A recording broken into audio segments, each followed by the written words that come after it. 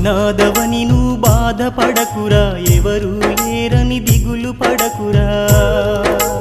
అనాథవని నువ్వు బాధపడకురా, ఎవరు లేరని దిగులు పడకురా. నీపై అమ్మకు కక్ష లేదురా, దేవుడేసిన పెద్ద శిక్షరా. అనాథవని నువ్వు బాధపడకురా, ఎవరు లేరని దిగులు పడకురా.